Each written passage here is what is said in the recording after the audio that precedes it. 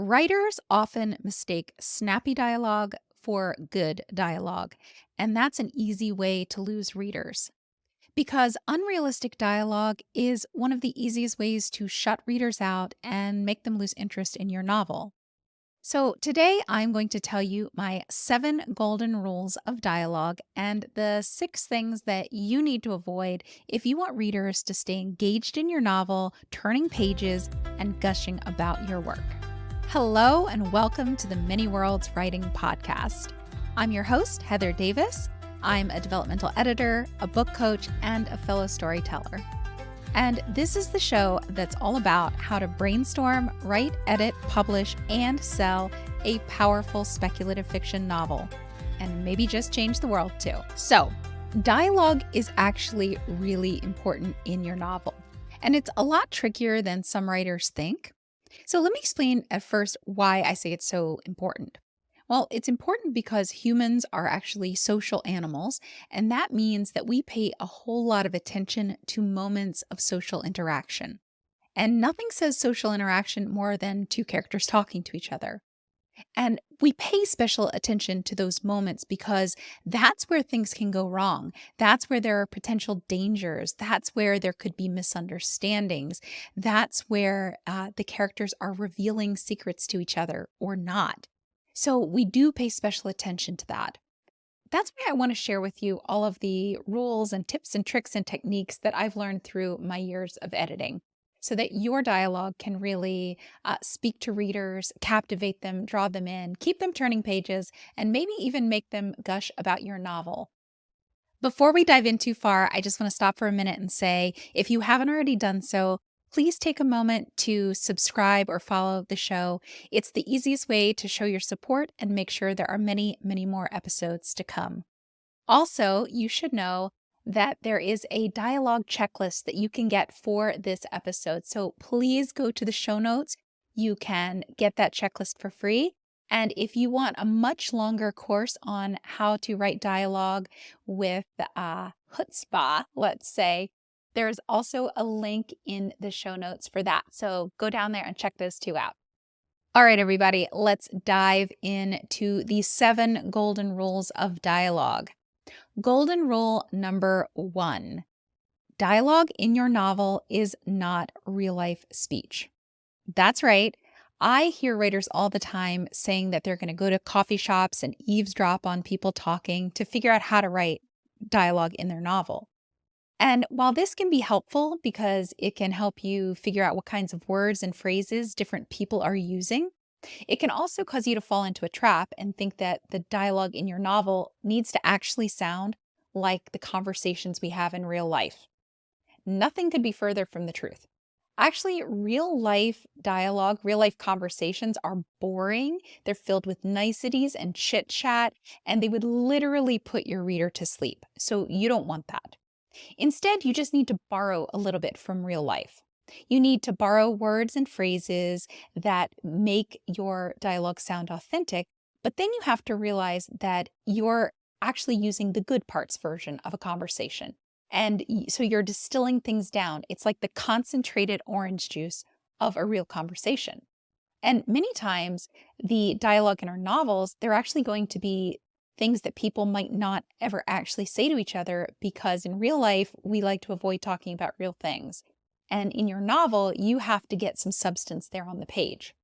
So always be aware of that you are writing something that is supposed to seem like real conversation, but it's not like real life conversation. The dialogue in your book is working. It's there to do a job. Okay, so what kinds of jobs is it there to do? Well, the first one is it can be there to move the plot along.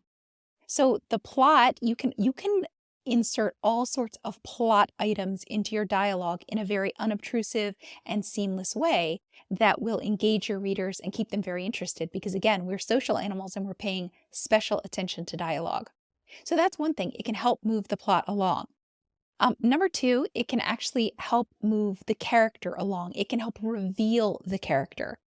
So we can tell a lot about someone by what they're saying or choosing not to say. And that can be incredibly powerful.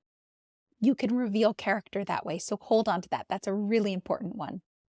And number three, it's often there to build tension and suspense.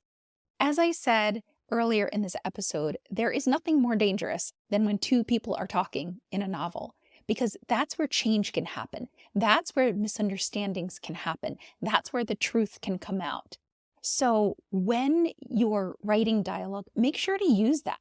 Make sure that you are using all of your techniques in order to get in that delicious subtext, which will build tension and suspense. And we'll talk a little bit more about that later on.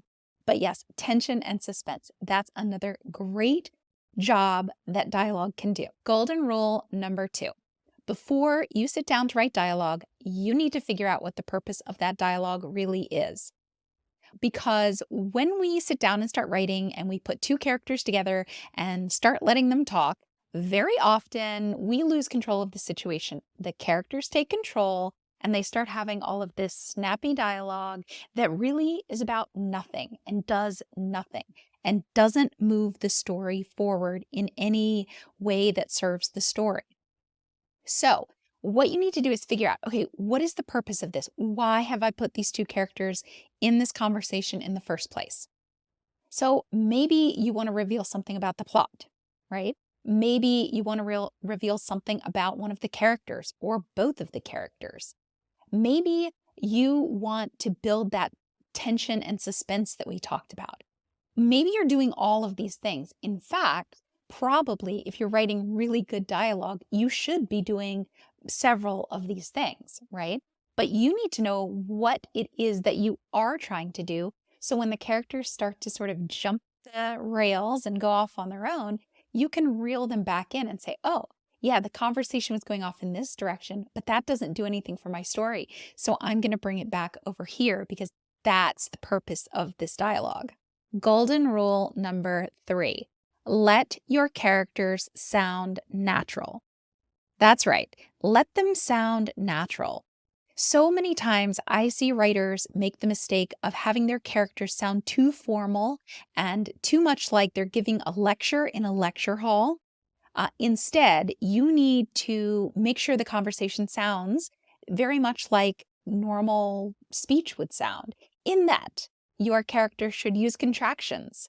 They should use vernacular and slang if it fits their character. They should use sentence fragments.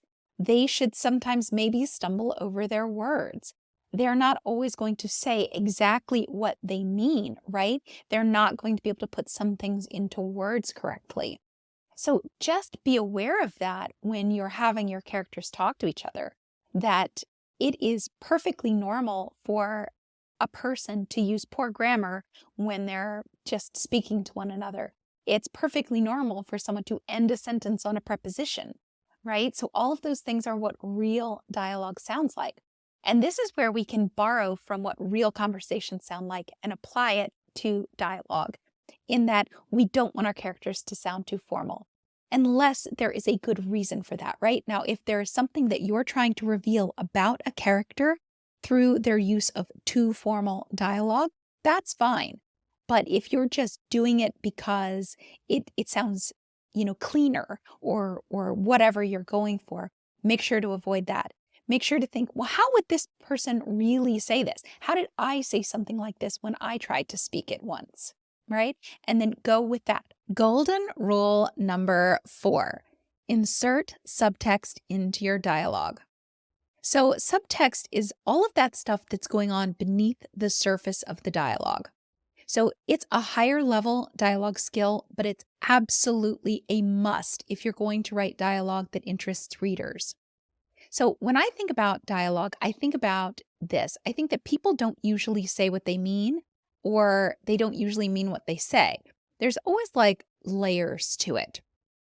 So you can start framing it about, what does this conversation seem to be about on the surface, but what's it really about underneath? For instance, if you have a wife and a husband talking about being angry about someone not doing the laundry, that might be what it's about on the surface. But what deeper issues are they actually talking about in this conversation? You can also think about subtext as things that are accidentally being conveyed in an indirect way, an eye roll, a sigh. You can think about it also as things that are being indirectly conveyed on purpose, like an eye roll or a sigh. For instance, if you have a teenager like I do, you certainly know that they often convey things indirectly and they're doing it definitely on purpose. So it's all of that delicious layering that you can do with conversation that really makes the reader feel the tension and suspense and the idea that this is a potentially dangerous situation, a potentially um, volatile situation that they need to pay special attention to. And this is also a really good way to reveal things about your character. Because if someone says they're fine or they're clearly upset, but they don't want to talk about it, or, all of those things are subtextual. And we can learn a lot about a character by examining those moments. Golden rule number 5, let the dialogue match the speaker. So when you start to write dialogue for a character, I want you to really think about who they are, meaning what's their age, what's their educational level, what are the surroundings like what's the context of the conversation? Are they talking to their boss or are they talking to their girlfriend? What region were they born? Are there any particular ways that they might speak because of that? So all of these things will help you to make your character sound more authentic and more believable.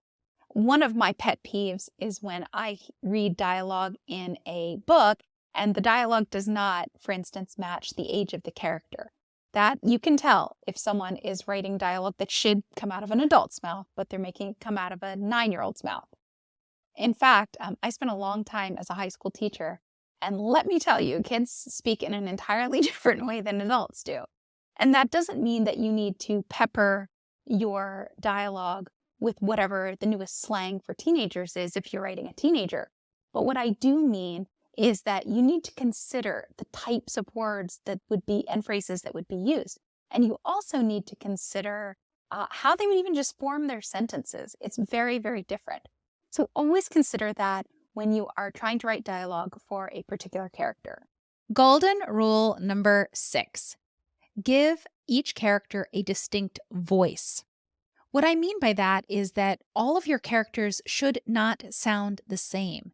If they do, the reader is going to quickly figure that out and it's going to feel very, very monotonous for them as they're reading. So what I would suggest is, so I am a trained copy editor.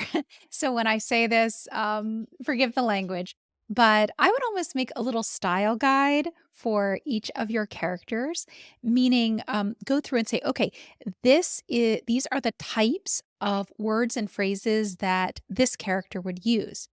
And so you just keep track of that. Like what phrases and words are often used by each character? How do they speak? Do they speak in complete sentences or do they tend to speak in fragments? Also, are they really, really open or do they tend to be quite closed off?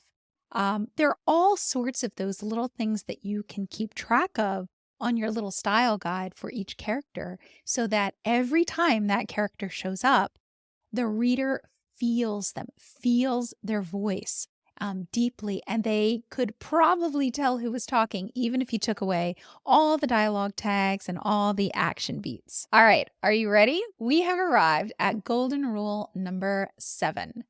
You have to balance dialogue and narration. So, oftentimes, writers will get so excited about their dialogue that they have this tendency to just write the dialogue almost like a screenplay. And it's just one character speaking and then another and another and another like that, with hardly any dialogue tags or action beats. And sometimes that can be okay in very fast, very, very fast paced scenes when the exchanges are short and we need to feel that rushing focus of the intensity of that moment. But for the most part, you actually need to balance your narration with your dialogue, and for good reason. Not only do you need dialogue tags so that the reader knows who's talking without ever having to worry about it, You also want to be able to put action beats in there so that we can see what the characters are doing and we can get a sense of their body language and what that's telling us about the subtext of the moment. How are they feeling that might be different than what they're saying? Also, you don't just want those action beats, you also want to be able to put world building in there. So, if you are a speculative fiction writer, and I'm guessing that most of the people who are listening to this podcast are, then you know you have got a lot of world building to do. And it's a great place to do it. You can intersperse breadcrumbs of world building between bits of conversation, and that can make it a whole lot more palatable and a whole lot, it'll feel so seamless. It'll feel like you're just weaving a thread through instead of sort of dumping something on the reader. Also, along with world building, you can also insert backstory. Backstory is another thing that you want to spread like breadcrumbs throughout your story instead of just sort of dumping it all into one place. And wow, backstory is an amazing thing to sprinkle in conversation because it's in conversation that two characters can be talking about something that will make the point of view character think about something from the past, consider the past in relationship to what's happening in the present moment. So it is a brilliant place to put backstory.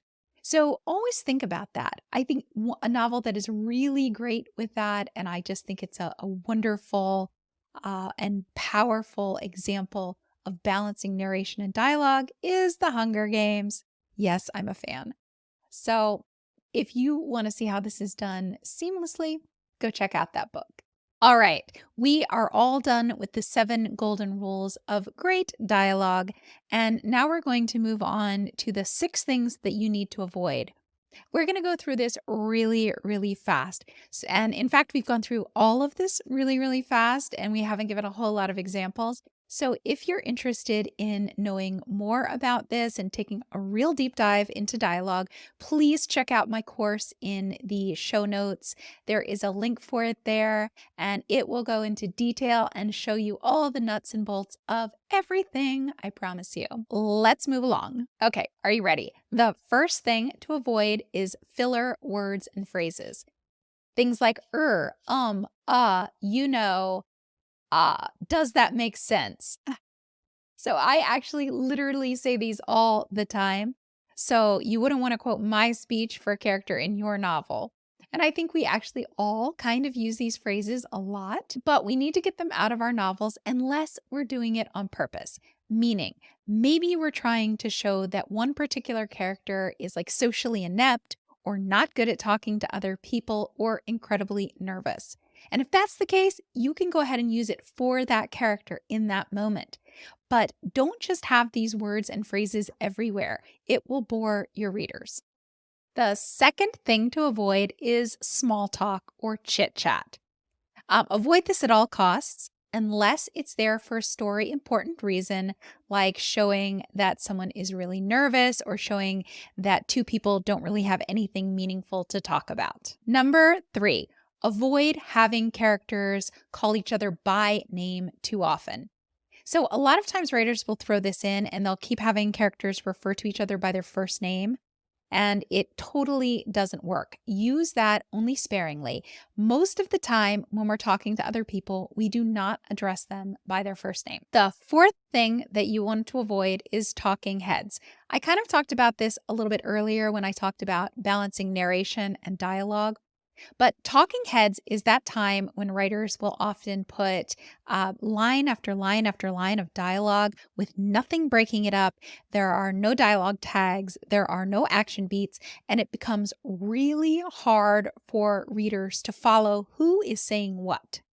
There are some books that I'm thinking about right now that are offenders here. So you will find some of these in print, but I would definitely say avoid doing it because if a reader has to kind of try and track back to figure out who's talking, they're probably going to put that book down. So don't do that. And besides, dialogue is such a great place to add in things like action beats and backstory and world building. Why would you ever leave it without anything? I mean, sure, there are times when you really want to highly focus on a conversation, but you can still fit some things in that really add to that conversation in such a meaningful way. The fifth thing that you should avoid is spelling out the known or the obvious. In the writing world, we call this the "as you know, Bob" syndrome, and we don't want that. So that's where two characters are sort of recapping what is already known by both characters, simply for the benefit of the reader. There are far better ways to do it. For instance, you can have them start to talk about something and then have the interiority of the POV character fill the reader in on the rest. So they don't actually need to recap it all in conversation because that sounds stilted and unnatural, and people just don't do that. The sixth thing to avoid is soliloquy. So often I see writers, they will start to write monologues instead of conversations, meaning one character will sort of grab the mic and just keep talking, and it'll be paragraph after paragraph. And we don't want that. Typically in real life, when we're talking to each other, the exchanges are pretty quick. And that's what your reader is looking for in your story dialogue too. And honestly, if you make them really long, they get boring. If you keep them nice and short and tight, and they are meaningful and they're moving the story along and they are revealing character, then you have really grabbed the attention of your reader. So you don't need soliloquy. You don't need long paragraphs of conversation. You need short things in there. Okay, storytellers, if you are ready to learn even more about dialogue, please grab my free checklist. You can find that at miniworldwriting.com/dialogue checklist, or you can grab that link right in the show notes below. And if you are ready to take a super deep dive into dialogue and get tons of examples and worksheets so that you will literally know everything about dialogue, I have a course for that. I created it for you and students are loving it. So you can also find the link to that in the show notes below. Anyway, I hope this episode was really, really helpful to you. And if it was, please take a moment to subscribe or follow the show and share it with a friend. That's right. Share it with a writer friend. I say that because it's the easiest way to show your support and let me know that you are interested in hearing more. Until next time, keep writing, keep dreaming, and remember, the world needs your stories right now. So don't you dare give up on your novel or yourself. See you later.